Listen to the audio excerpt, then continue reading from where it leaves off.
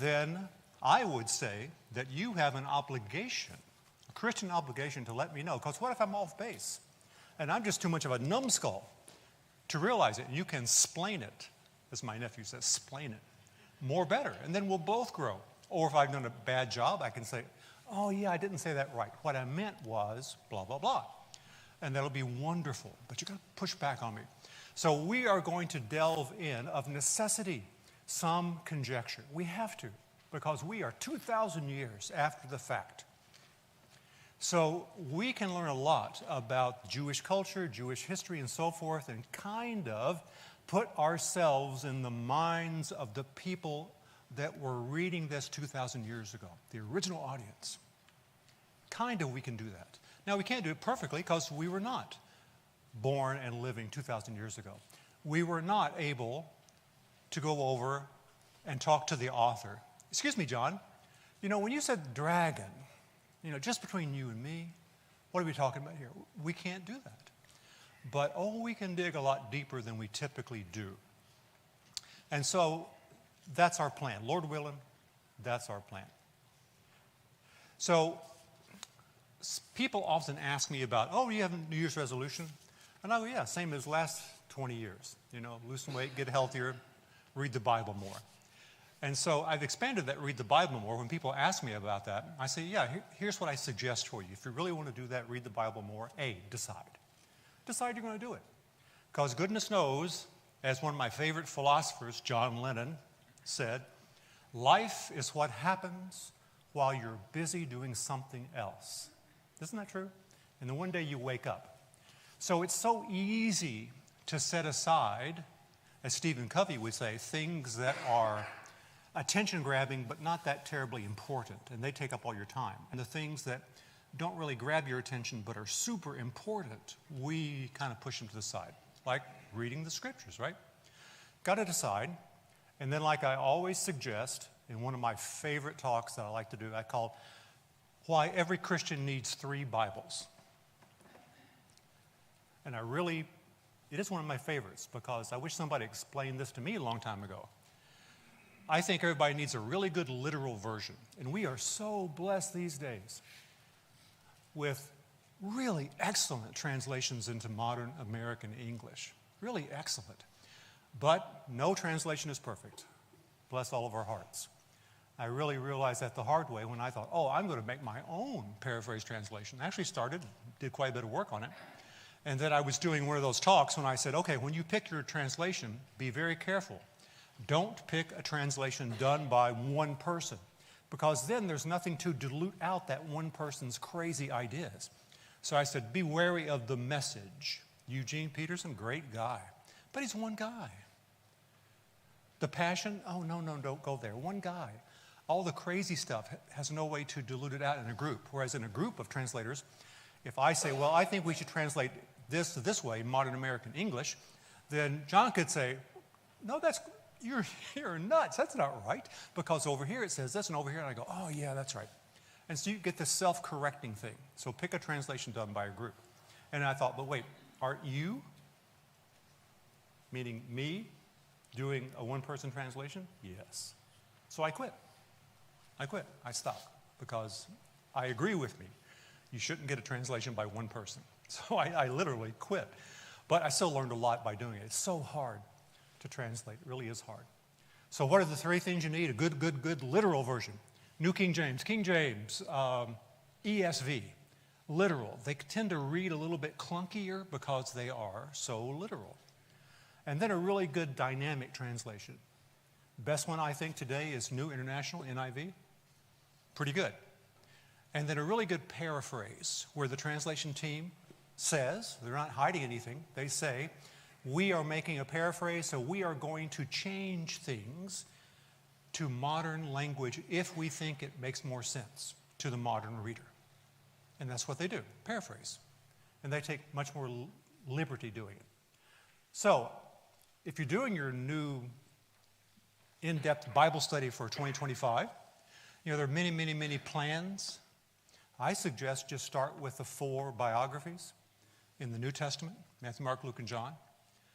Then go into Acts, read about the history of the early church developing, read about Paul's journeys, Get a piece of paper, sketch out the journeys on the map so you can see it more better. And then now just jump into all the letters. And if you do, you will finally wind up with Revelation, which we'll look at. And so when you're studying this way, I suggest read it first in your literal version, whichever is your favorite. And when you do, fight with it a little bit. Ask yourself questions. Well, now, what does that mean? That doesn't make any sense. You know, I thought Brother so-and-so said it means this, but that doesn't seem right to me. Fight with it, wrestle with it, and then turn to your dynamic version. Read the very same passage. Remembering, of course, these chapter breaks, the verse breaks are all man-made. And those subject headings, oh my goodness, those are so man-made. Use them if they're handy, but be careful. Read the same thing in the dynamic version and see if that illuminates it a little bit more. Then go back to the literal. Yeah, okay. You know, now I'm thinking it probably means this. Now go and read the same section, the chapter, the chunk, whatever it is that you're reading, in the paraphrase. Be careful of paraphrases, but see if it illuminates something for you. Then jump back to your literal. Literal is always the base. And see if that illumination helps you. And I think it's a really good way to do it. The other thing I always suggest, if you're really going to do this, is get a Bible journal. This is just a bound, empty book. You can buy them in all sizes, journals, bound. I don't like spirals, pages fall out and stuff. And let this be your own wrestling thing with it, where you can draw pictures, draw what you think is happening, get a sticky glue stick like they use in elementary school, and print out a map and put that sticky glue on it, stick it in here, write on it. Write questions. What on earth does this mean? And then later you can flip back to that a year later, 2 years later, and go, oh, I got a couple ideas now. Let me go write it in. And then just think later on, pass your library on to your kids, your grandkids. Who knows how many of these volumes you'll have by then. Wouldn't it be great? It would be fantastic. I wish so much that my grandpa, etc., dad, mom had done that, and they had passed this on to me. Oh, I would love it. But like us all, I've got several Bibles with little microscopic notes in the edges that most of the time I can't read, and I don't know what's behind it and so forth. So anyway, just a suggestion, a great 2025 resolution. What you just said, that's the basic saying in your head when you read the Revelations is not literally what it says, it's what does this mean? That's, if you get that thought in your head whenever you're seeing a vision, reading about a vision that John had, it's not literally what it's saying, but what it's saying is we need to keep in your head, well, what does this mean? That's what we're always going to ask. What does this mean to us today, and what did it mean to the people that read it the very first time? So that's our plan, Lord willing. So we're going to look at the book of Revelation that we call Revelation. It had a kind of a difficult time getting in the Bible. You know, the canons, C-A-N-O-N, canon, the accepted books that belong in the Bible. And so we have our Bible. You know, we have, 66 books total? Well, how did those get in there? Revelation had a little bit of a battle because some of the early church leaders said, man, this is just too hard to understand. This is just too weird. This is just too, but it made it kind of by the skin of its teeth because it is kind of tough. And you can make it mean anything in the world that you decide. And if the listener, if the studier is not careful, you can fool a lot of people. So that's our plan, Lord willing. And so once again, I covet your comments. Wait, thou shalt not covet. I solicit your comments and your ideas and your questions, suggestions. So before we launch into this, though, of course, let's ask for help. So would you pray with me, please? Blessed are you, O Lord, our God, King of the universe. You cause bread to come from the earth and fruit from the vine. You are the Alpha and you are the Omega. Father, we are the handiwork of your hands. You, O Lord, are our God. Help us, please, when we open your word to understand what we need to understand. Help us to rightly approach the scriptures. Help us even more to let the Scriptures soak into us so that we are changed. We are indeed new creatures, and our citizenship is indeed in heaven. Help us to understand the things that we need to understand and be a better light in this world of darkness. And Father, we pray this, as we always do, in the name of our Lord Jesus. Amen. So as you see from the starting slide here, I'm going to call this a preterist cultural approach. Because every time you open the Bible, you've got to have some idea of how you're going to interpret it, how you're going to handle it. Now, we'll talk about these terms a little bit more, in much more detail. So I'm just doing this as a title. So if you are taking notes, then put that there, because preterist is important, because it says how I'm going to approach this. But I'm also going to tell you the other major approaches, so you can be better equipped to push back on me or anybody else. And once again, I definitely encourage you to do so. I think Revelation, someone said, I said, what would you like to study in the auditorium Bible class this coming thing? And I was soliciting ideas, and somebody said, let's do something encouraging, something really encouraging. I said, got it, Revelation, most encouraging book of the Bible. He said, what? I said, no, seriously, it is. If you look at it properly, it is the most encouraging book in the Bible, I think. Let's see if you agree with me in a few weeks. So before we get too far, though, I do want to mention this.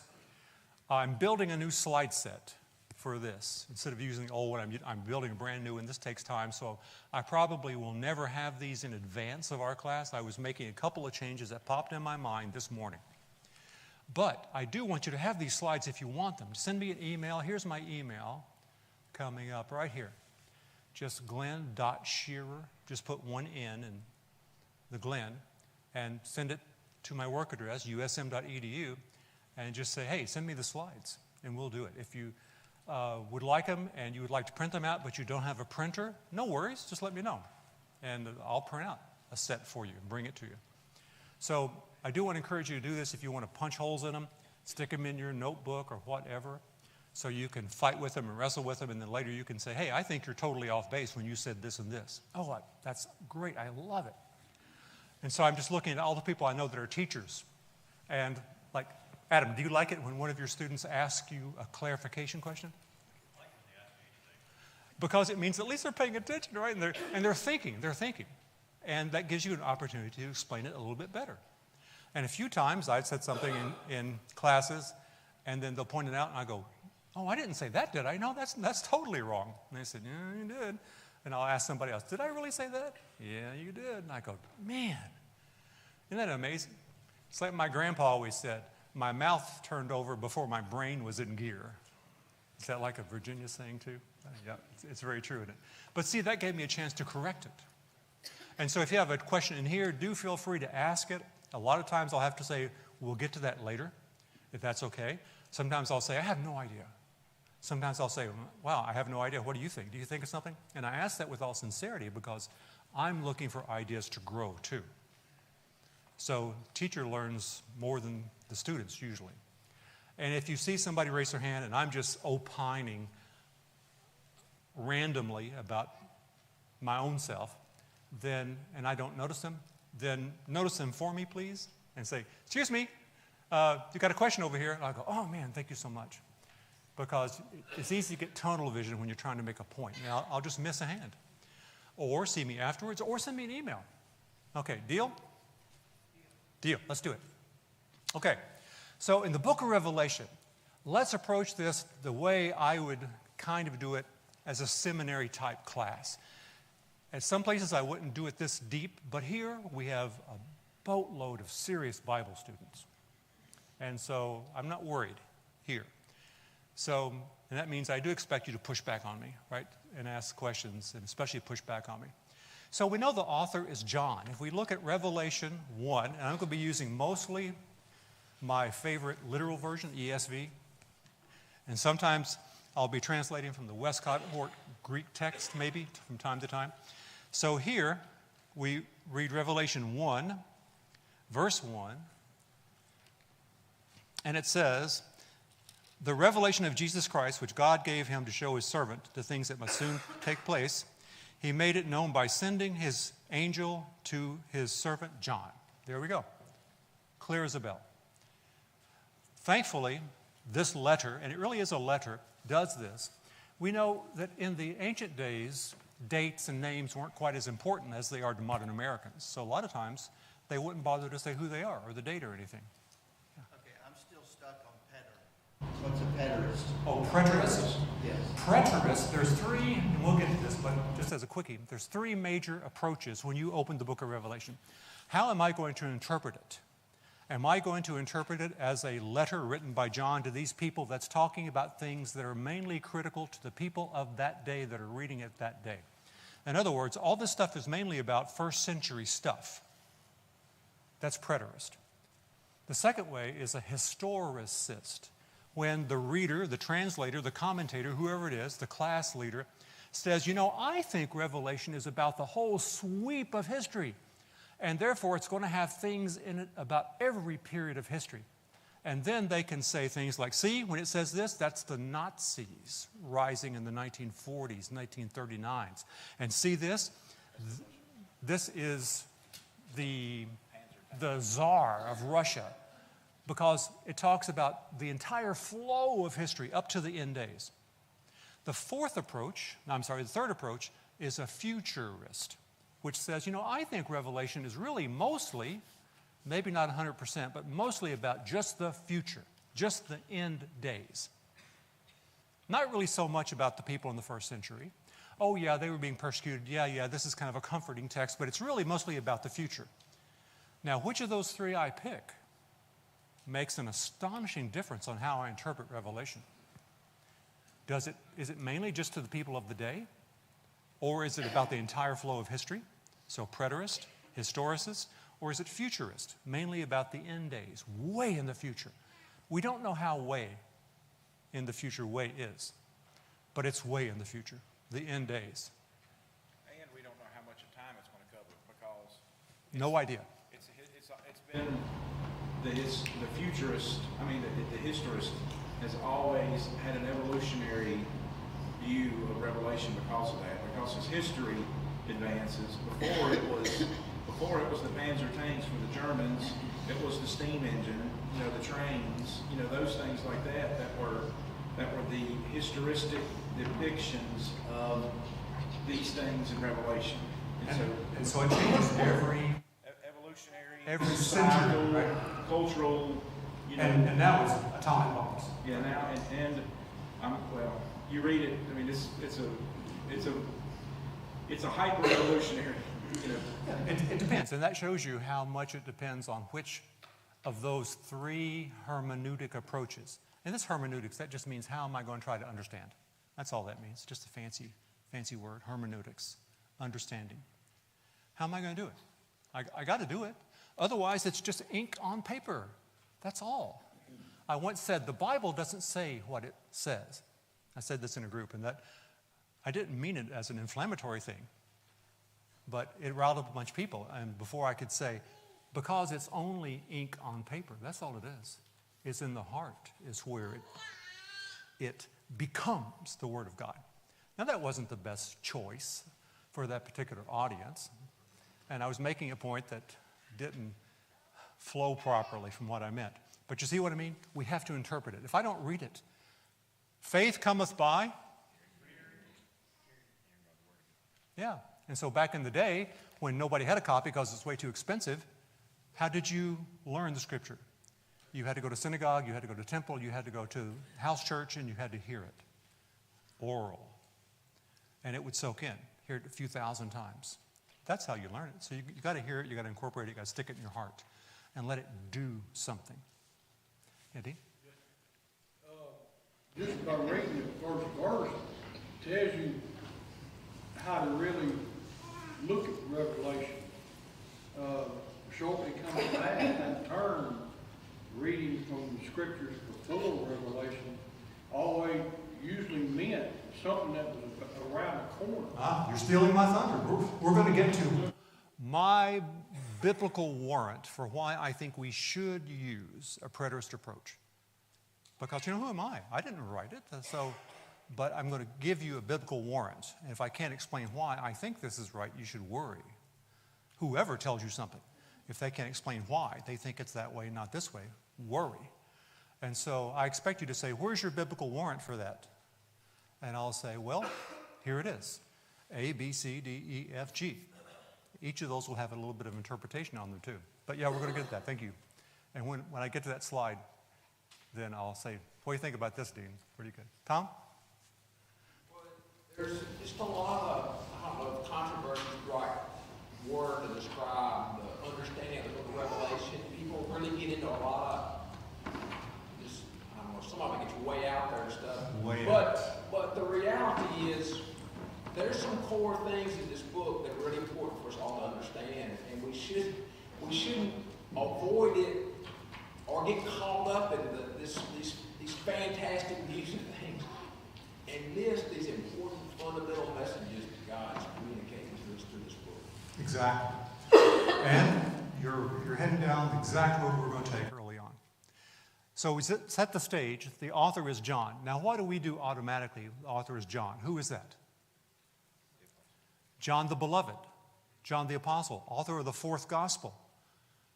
But you know what? John, in English, Ioannes. In Greek, Yohanan. In Hebrew, depending on how we do it, doesn't matter, was a really common name in the first century. Yohanan, John, really common name. So which John is this? Is it John the Apostle? Is it some other John? John of Patmos? Who? And one of the frustrating things about ancient mindset, where time, chronology is not really that super critical for their purposes, it's more of, is it the right time? Modern Americans, we want to know the exact chronological time. Sunday, January 5, 2025, at 9:25 and a half. That's what we want to know. Of course we do. We're modern Americans. We're raised in a technological age, and we like to think about things like this. But not so critical for these guys. It's the bigger message. It's the bigger picture. So John didn't bother to say, his servant John, comma. Actually, no punctuation back then either, so he couldn't have done comma. But he could have said, John, you know, the one that wrote the fourth gospel, Gospel of John, didn't say that. Nor does he date it. You know, our commonly accepted way to write a letter is we always put the addressee and then we put the date. Hi, Uncle Bob. Even for that casual letter, I still put the date, right? I just do. Not so in all these letters. Rarely ever do we have any hardcore dating thing, and it's never super obvious like that, you know, January 5, 2025. So it's just not how they thought, just not how they worked. So we have to make some conjecture. Now, what do we say for these two? Which John is it? How do we know that? Where's your biblical warrant for saying that? Well, it goes back to conjecture, and it would go to John 21, is where you would start your process of conjecture from, with John 21, that Jesus, you know, tells John kind of peripherally that he's going to be the one that's going to make it, right? And so, you know that John's not going to die like Peter would die. And so then from that, you peripherally have to pull in, you know, just like trying to date the book of Revelation. Very hard. It's very hard to date the book of Revelation for several factors, and I won't steal your thunder if you're going to get into it. Oh, just a little. Yeah, you have to then use historical data, which is confounded data, just like we would to prove that Pilate exists, right? We have one little stone in a wall that says Pilate, governor of Judea, to prove historically, peripherally, that Pilate existed. And so we can, you know, with pretty hard accuracy, understand and see, if you look at it from the perspective of the end of Revelation, quote unquote, not the book, but, you know, the inspirational age or the age of the miracles and everything like that. If you look at it as an envelope, then it seems like, what was it, Sherlock Holmes, it says when you've eliminated every other possibility. The one that seems the most logical is probably it, or something like that. What remains, however improbable. Exactly. It's so you come up with John the Apostle. So it's based on the best conjecture, the best assumptions, the best scholarship that we have today. Now, some people will say, the Gospel of John, we know that, as best we can tell, all of the books of the Bible were written originally in common Greek, because that was the language of that day that would reach the most people across the Roman Empire and even beyond the Roman Empire. Everybody spoke their own language, but if you were doing business and you had your licenses and travel documents, etc., in the Roman Empire, you had to at least speak some Greek. So that would make sense that you would want to do this in Greek. So the Greek of the Gospel of John is beautiful. Oh, it's smooth and skilled and nice. The Greek of Revelation is crunky and not terribly wonderful. Sometimes the grammar is off. And so some people say, see, that shows that John of the fourth gospel did not write Revelation. And I go, well, that's a giant conjecture too, right? Because you're forgetting that almost all these writers used a skilled writing person, a amanuensis, a secretary. In fact, in Romans, we know Paul's writing person even takes the opportunity to speak out. And I, Tertius, who write this letter, also send my greetings. But we also know just some common history. That was super important. Paper, papyrus, for example, parchment, very expensive. Not to us today, but back then, very expensive. So if you wanted to get the most letters in the most readable form, and you had terrible handwriting like me, you wouldn't let yourself write it. It would be expensive. Nobody could read your chicken scratching. And so this was a fairly common occupation. You would go hire a talented scribe. And some of these, when we find these ancient manuscripts even today that are 1,800, 1,900 years old, you can see what the translators call the hand of P46, Papyrus 46, which just means, what's their handwriting like? How did they make the various letters? And you'll see some of these writers that are beautiful. It's like a typewriter. I don't see how they could write so well. It's seriously almost like a printing press. And then you'll see another manuscript where it's all over the place. And that just shows you the handwriting of the person. These are personally written things. So if you use a secretary who's helping you smooth out the grammar, it's going to always be way better than if you're alone on the island of Patmos by yourself trying to write this. You have to resort to your own knowledge and your own writing skills. So I put little credence on that idea. Now, we'll get the date, but before I go too far, we have to rely mostly on who is the author of Revelation, on the earliest Christians who are closer, way closer than we are. We're 2,000 years away, and we're half a world away geographically. So if we go back to the earliest church leaders that wrote anything back in the 100s, Irenaeus, 180, way closer. What was kind of the well-accepted idea of who wrote it? John, the apostle. John of the fourth gospel. So we have to put a lot of credence in what these people that were really close to the timeline tell us. And there's a handful of other things that seem to support that idea. So we're going to accept John the apostle as the writer. Date, this is also hard, because once again, he's not saying, I was writing 1 November the 3rd at 8:75 a.m. in the year XYZ. That's just not the way they did things. You notice none of the books of the Bible do that, right? That was just not the way. Just like there were no commas, there were no spaces. That was just how they did things. That was the way. And they got by with it fine. The two most commonly accepted dates by the best scholars in the world today, not just American scholars, but everywhere, fall into these two ranges. The first possibility is when Nero was emperor from 54 AD to 68 AD. We know Nero. Some people think he actually had some mental issues because his water supply and or his wine supply had lead. And so he was suffering from neurological lead poisoning. We don't know. That's all a conjecture. But he was a little bit bananas. So this would be like somewhere in the middle, late 60s, because Nero killed himself in 68. Show you how he was just a troubled fellow. So this is possible. Some other people say, no, it was Nero, Vespasian, Titus, and then Domitian, Vespasian's other boy. In the probably 90s. Now, once again, we have to do some conjecture and realize that, kind of hold it in a little bit of tension, that I still might be wrong. But I think the most data, by far, the preponderance of the evidence, as the criminal judge would say, points to the earlier date. Now, there are some really bright people that disagree with me. And they say, no, it's clearly the later date.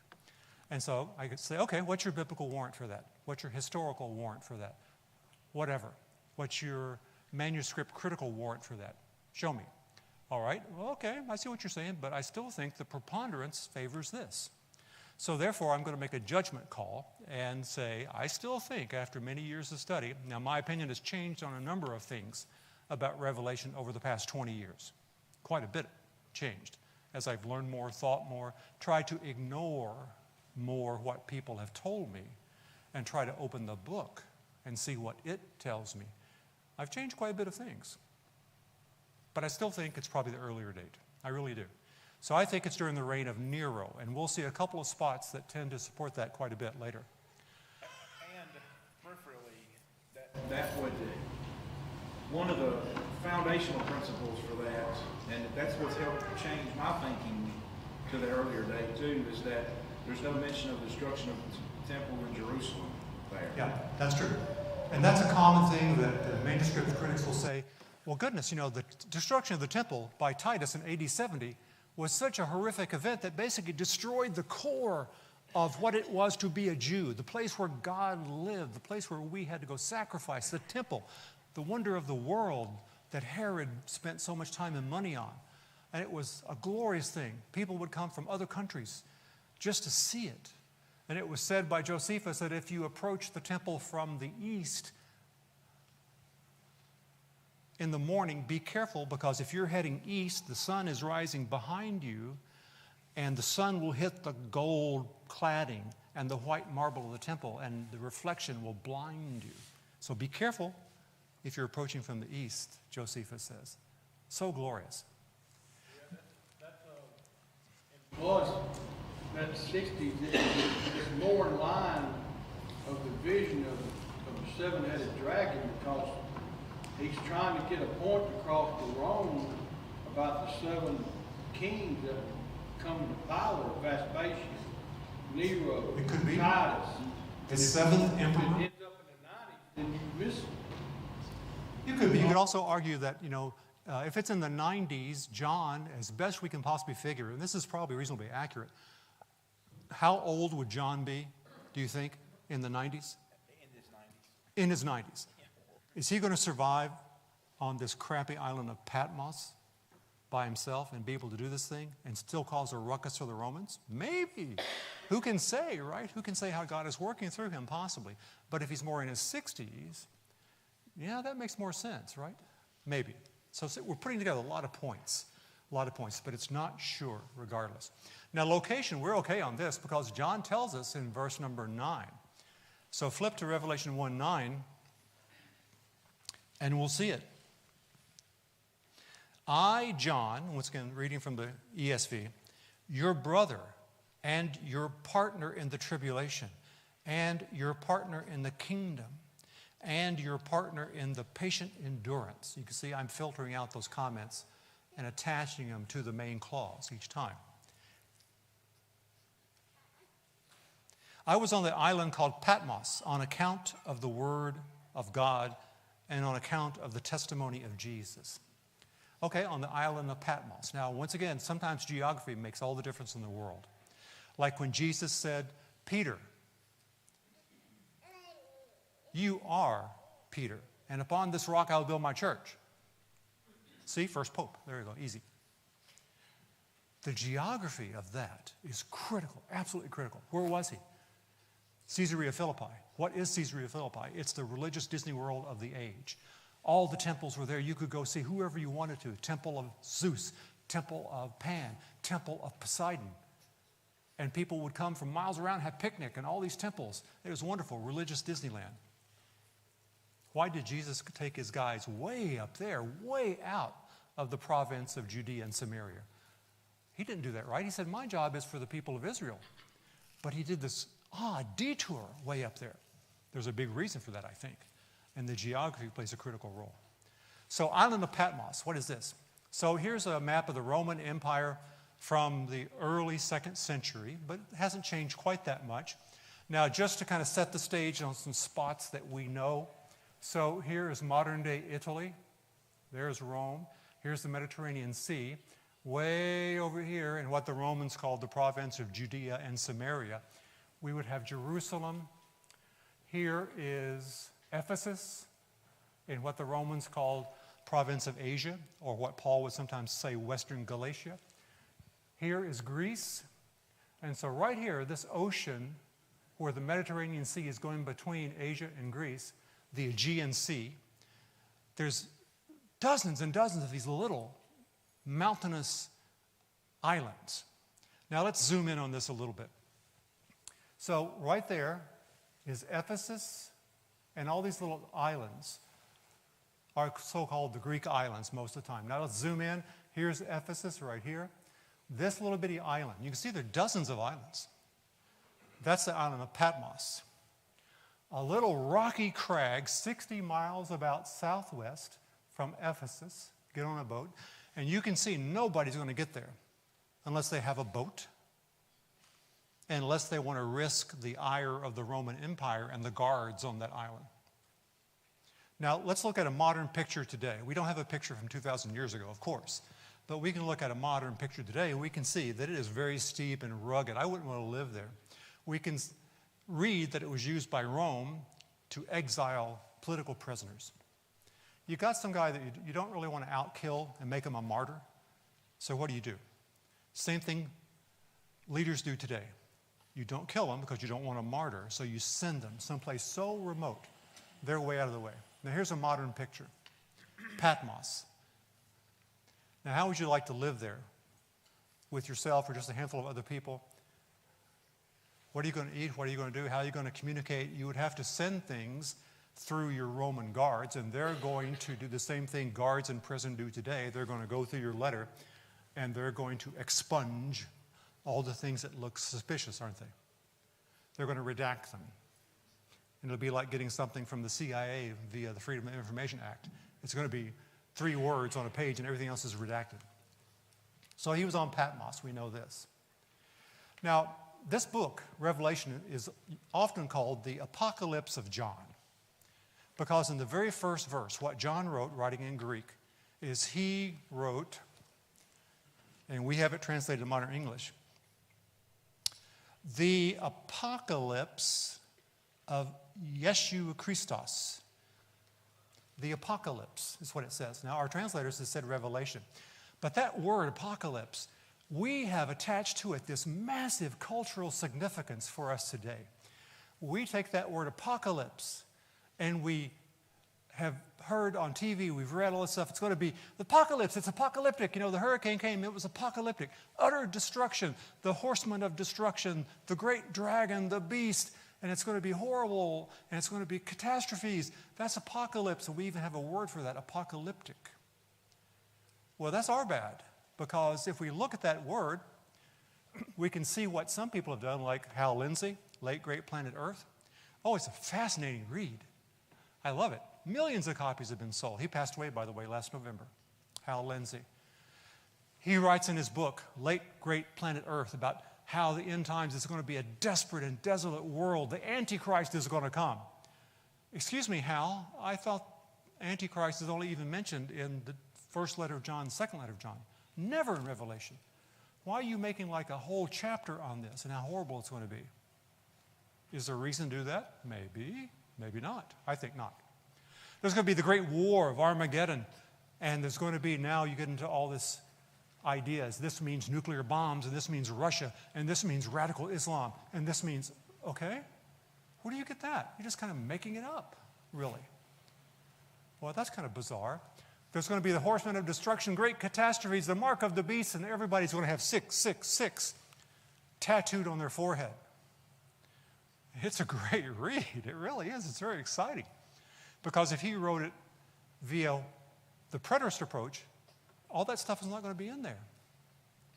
Because I would argue that it's all made up to be sensational and sell these books and make these great movies. Oh, yeah. And therefore, that word has even changed for us. What does apocalypse mean, really? Back to the original people. We know this. It's very obvious. This word. Second word in that